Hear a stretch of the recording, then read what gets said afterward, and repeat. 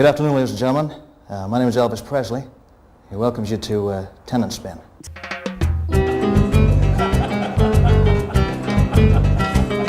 Enjoy yourself, enjoy yourself. Don't look so serious, it's only a video camera. Enjoy yourself. Anything to keep going in life. Enjoy yourself. There's lots to see and hear. When you log on to tenantspin, you'll never shed a tear. Good afternoon, and a warm welcome to both our audiences, here in the Fact Centre and hopefully online. And whoever logs on to the show, if you wish to join the chat room, just press link at the bottom of your screen. The origins of the project were very much rooted in the Housing Action Trust 10-year government Quango agenda around regenerating these 67 tower blocks that were dotted across the Liverpool skyline. It was all about thinking ahead to what the city is going to become, what these neighbourhoods would become. So I made a decision that I was going to collaborate with FACT on our first project. FACT at the time was investing a lot in the collaboration programme, and it was a really genuine programme. It wasn't participation for the sake of it. There was a real need to actually engage these tenants, and the Housing Action Trusts were doing it for the right reasons as well. And the community development team led by Paul Kelly really saw the need to engage not just the tenants that liked going to meetings, but those tenants that were quite isolated or behind doors. And I think a big part of tenantspin's achievement was to find and nurture some of those other, the quieter tenants. We got this opportunity of doing a public commission in Liverpool and thought it would be interesting to implement this tool into a housing block. I loved me flat, and a good many more did, because they felt secure in the high rise. And when you were coming out the lift, you met people, different ones, coming out. How are you? How are you? It was like a sense of community. Because at that point, there was a great deal of uncertainty about what was going to happen to the building of Coronation Court. Was it going to be knocked down? Was it going to be refurbished? And no one actually knew.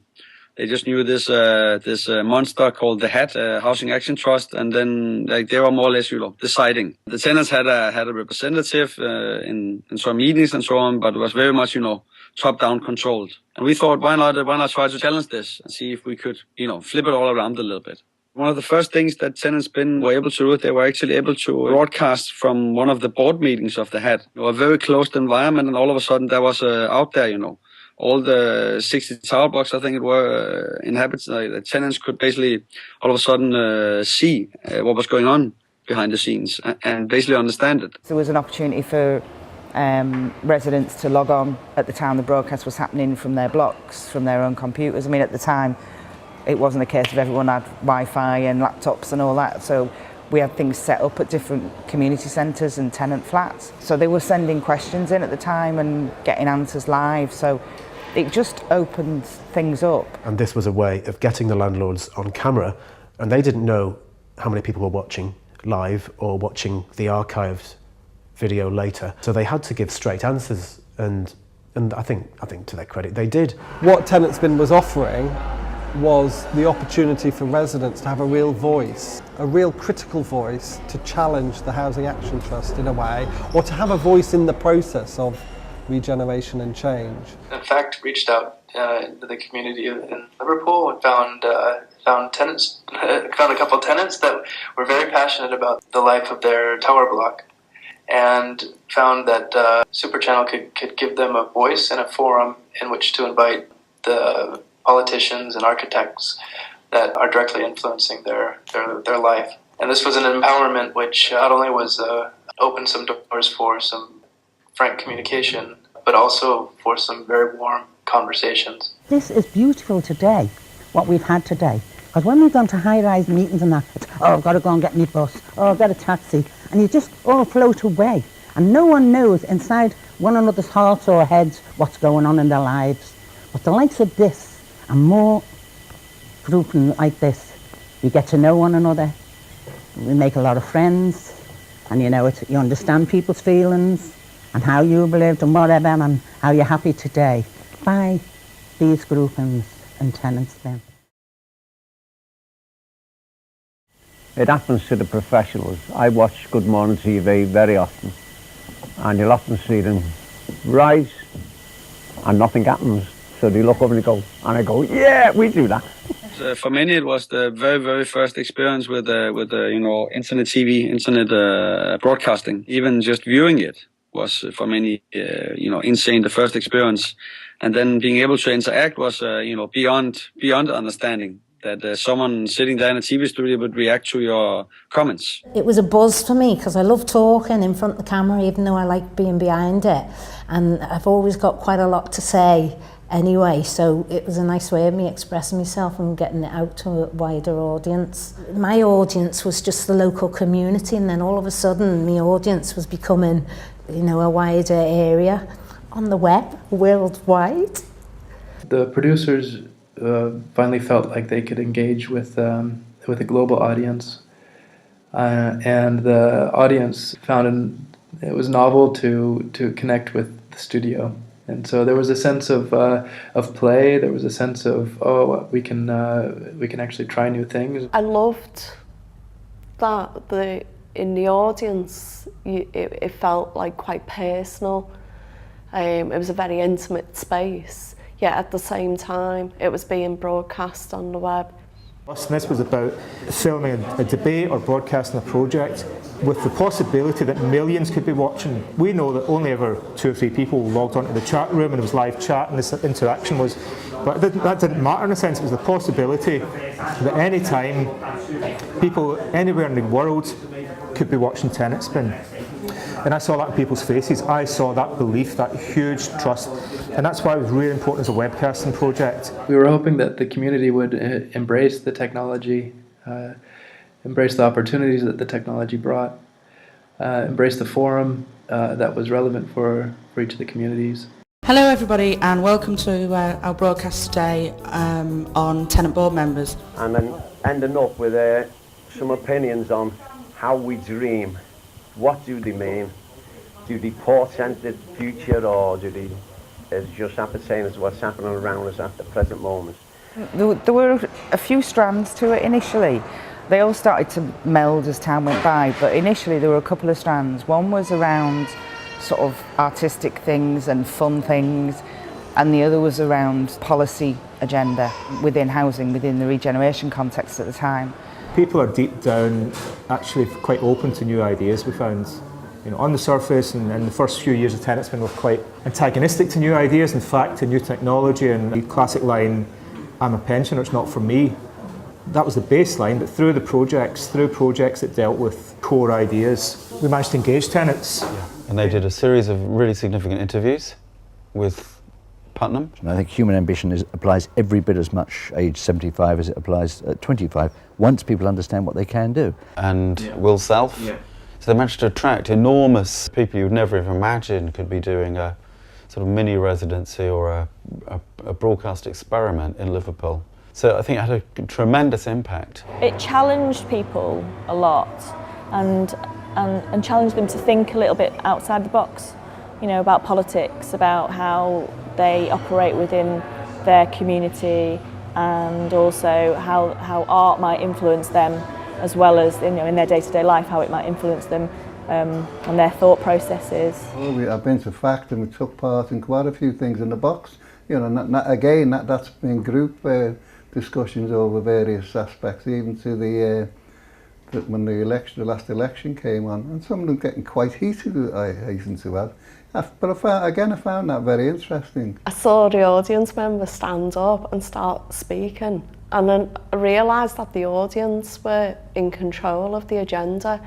It was just like, wow, this is brilliant. This is what I want to do. They didn't always ask polite questions, but they would ask the question that as an audience member you wanted to ask. You would never know for sure which way it would go, but it was always, very informative and enlightening. I suppose my favourite thing about Tenantspin was the kind of the undercurrent of kind of wry humour that was kind of ran throughout the project. It didn't really take itself too seriously, and there's all sorts of kind of ludicrous scenarios would kind of reveal themselves. Sing along with Mike McCartney. Get on, the human race. Going from very kind of hard-hitting subjects, we did a lot of stuff with the Hillsborough Justice Group, for example, to the kind of sublimely ridiculous, and those two things really sat alongside each other very well, I think, within the project. This was just a brilliant way to bring the kind of the complexity and richness of certain kinds of artistic practice together with ideas and the sort of enthusiasms and the stories of local people. We always said that John McGurk had the gift of the gab. He was a presenter for many, many years, but we sort of turned that into an art form and say, that's great. This is Pavel Buchler, that talked to him for an hour about communism, and sort of John managed that. And what really pleased me was the number of artists that we worked with and the number of Liverpool creatives that actually passed through the project and contributed greatly to the project, and also helped me keep it quite rooted. It wasn't just artists in isolation doing a short-term commission somewhere. They were part of an ongoing dialogue with a neighbourhood or a place, and I think that's very important. The projects were always interesting. You didn't know really at times what would come next. The niche of tenantspin as an arts programme, there is that social side and educational side as well as creative side. I was made to feel incredibly welcome. I just arrived from Australia into Liverpool. This was a very quick taste of Scouse culture. But I think we didn't imagine quite how much it would spread, and the tenants, groups of tenants going to London, going to New York, going to Denmark to showcase tenantspin was quite unbelievable, really. Arrive at some airport with 5 or 6 tenants, or in the case of New York, tenantspin on Broadway with 8 tenants, I think, and workers, and that became like a band. That was the band on tour then, and that was about meeting other community groups, struggling with technology, and trying to set up mobile studios. We've opened up a 30 or 40 channel in 20 different countries or so. No doubt about that tenantspin is the most successful one. I think the organisation that it is now and the organisation that it became previously just simply wouldn't have had that character, it wouldn't have had that spirit, it wouldn't have had that identity without the tenantspin project. It became central to the fact story. I believe what will happen looking back on tenantspin is that we'll sort of look at it and go, God, we actually made some amazing stuff. Some of this stuff's really good. It's been totally different, far different than what I expected at my time of life, being 78, I'll have to say. But I've really enjoyed it. As I say, I have a great say, and if I didn't like it, I would not be here. It is with regret that it finished, but that's life. Nothing goes on forever.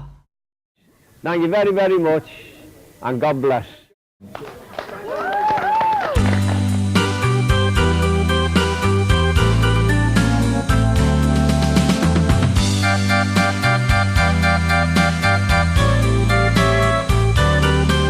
That's life. That's what all the people say. You're riding high in April, shut down in May. But I know I'm gonna change that tune when I'm back on top in June. I said that's life, funny as it may seem. People get their kicks stomping on a dream, but I don't let it get me down. 'Cause this fine old world keeps spinning around. I've been a puppet, a pauper, a pirate, a poet, a pawn and a king. I've been up, down, over and out. And I know one thing, each time I find myself laying flat on my face, I pick myself up and get back in the race. That's life.